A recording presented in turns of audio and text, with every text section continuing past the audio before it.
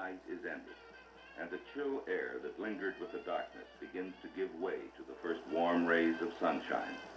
Alarm clocks, shrill and piercing, greet the arrival of the dawn. The city awakens, and a new day begins. In their separate ways, the thousands that inhabit the city begin life afresh. For the police, the morning hours mark the beginning of the day watch. During daylight hours, approximately 40% of all demand for police service occurs. Primarily, these calls are of routine nature. However, the call could be serious. With this in mind, the officers of the day watch go out into the awakening city. Somewhere in this mass of humans, there are careless drivers, traffic violators, felons, dangerous neurotics, and honest, sincere citizens. Some of these people will meet with the officers of the watch before the day is ended. For what must the officer be prepared? Certainly one of the most common yet complex problems this officer will have to face is this: how to stop that car. The siren is seldom used to stop a traffic violator unless the situation demands the immediate use of the highway. The move is now made to effect the stop.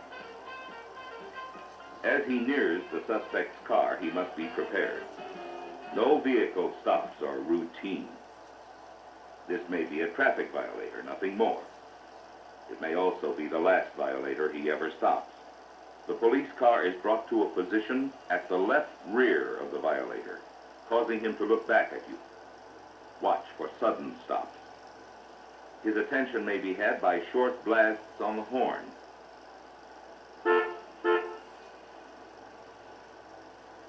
As the suspect obeys the command, the police car is brought into position. Note the position of the police car, approximately 8 feet behind the suspect's car and offset about 3 feet farther to the left.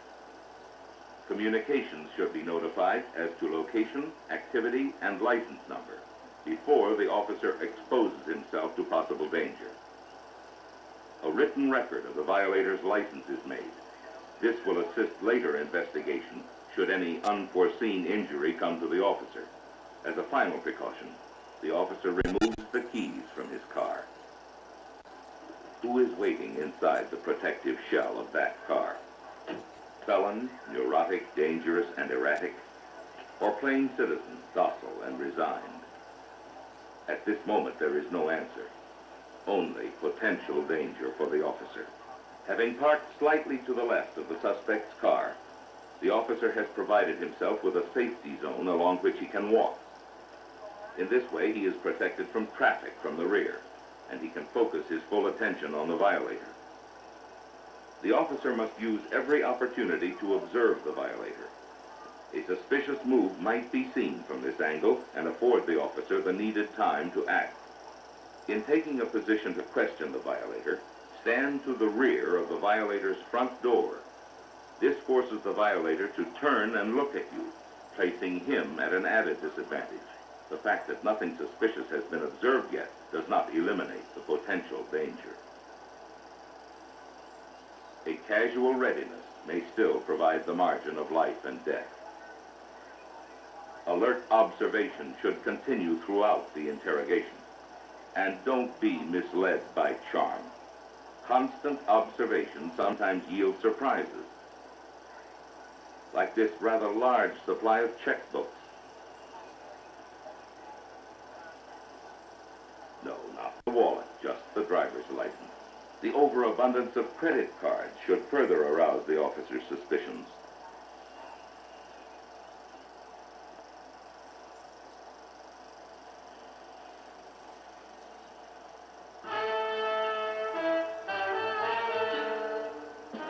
Without alarming the violator, any suspicions can quickly be checked. A want can be run in about the same time it takes to write a traffic citation. Unit 605. Suspect has a felony record and is wanted for forgery. The lady's collection of checkbooks and credit cards is no coincidence. She is wanted on several counts of forgery.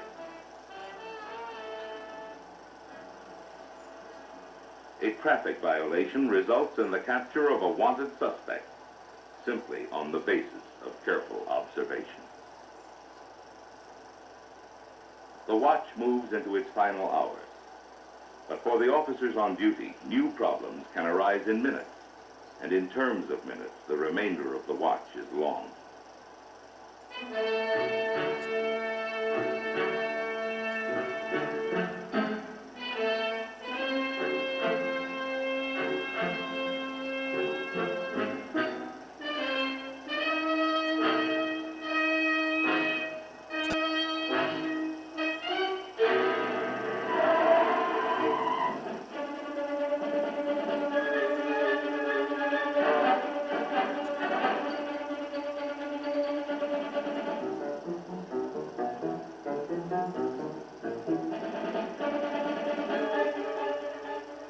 Within minutes after the robbery, all units are alerted. A description of the car and the license number are broadcast, along with the crime for which the suspects are wanted. Immediate note is made on the car and suspects by the patrol officer. The officer proceeds immediately to an intersection leading from the scene of the robbery. There is no doubt as to what to expect if this car is stopped. One officer and 4 felony suspects. The odds are stacked too high against the officer here. He must rely on his partner, the Mike, following the suspects at a practical distance, giving exact position, direction, and speed. A knowledge of the area is important now. There may not be time to look for street signs. A well-lighted and populated district is preferable. When the officer has selected the area, he should transmit it as far ahead of time as possible, and then place the Mike in a readily available location. This will allow other units time to move into position and lend assistance.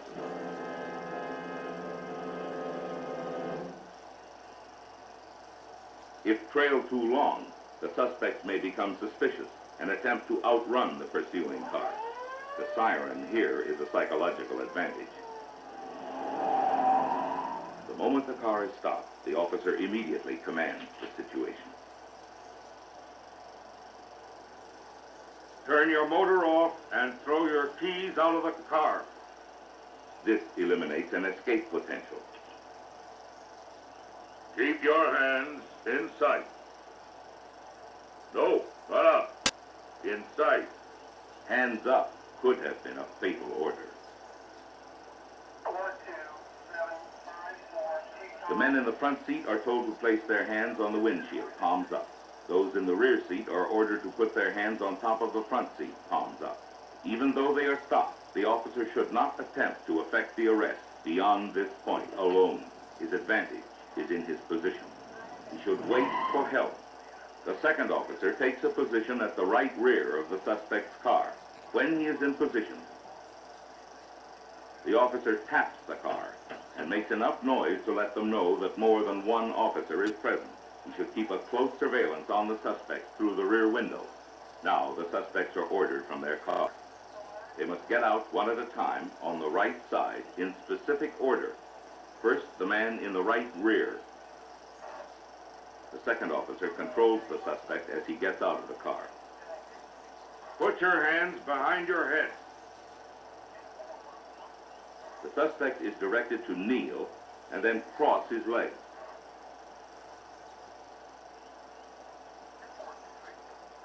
The suspect in the left rear is then ordered out accordingly.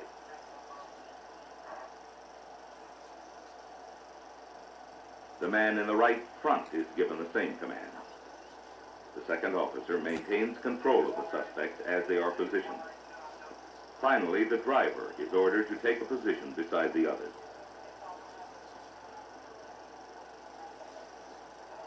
The first officer moves in to assist the search. He checks the vehicle to determine if there are hidden suspects. Throughout this procedure, avenues of escape must be covered by the officers, and at the same time, they must avoid coming into direct line of fire with each other. Officer 2 moves into the search position. He places his right hand on the suspect's shoulder. His left locks the hands. By pulling the hands back and arching the suspect's spine with his right knee, the officer draws the suspect off balance In this position, he can effectively complete the search of the right side. The officer moves to the left side of the suspect, again takes his position of advantage.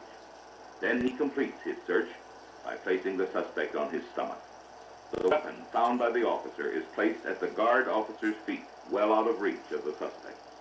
By following the same procedure with the others, the search is completed with a minimum of danger, and 4 armed felony suspects have been safely stopped by a single officer who complied with sound training procedures. The day watch comes to an end. A host of problems faced and solved. What are the procedures that made the day successful? Approach any car with caution. Carefully observe the suspect and car before reaching the window. During the interrogation, stand to the rear of the driver's door. This places the suspect off balance. Be alert, courteous, and businesslike. Broadcast intended pullover location. A lone officer remains behind the vehicle until assistance arrives. The second officer is located at the right rear of the suspect's car, where he can easily observe the occupant. A firm on the suspect's hand prevents offensive actions. Is an effective weapon. The objective is your safety and control of the suspect. Yes, the officers of the day watch will go home to their families. For them, the day is over. The challenges have been met through good training and common sense, and the added, job well done.